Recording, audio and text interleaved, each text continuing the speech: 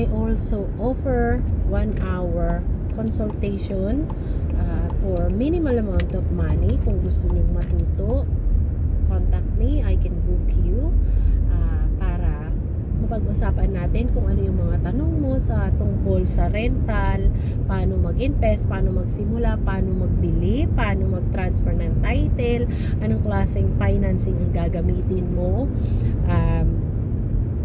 sino-sino ba, anong klaseng document ang kailangan mo. So these are all very important kasi kung magkamali ka, baka mas magagastusan ka. So yung gagamitin mo for consultation, it will saves you a lot and tons of money.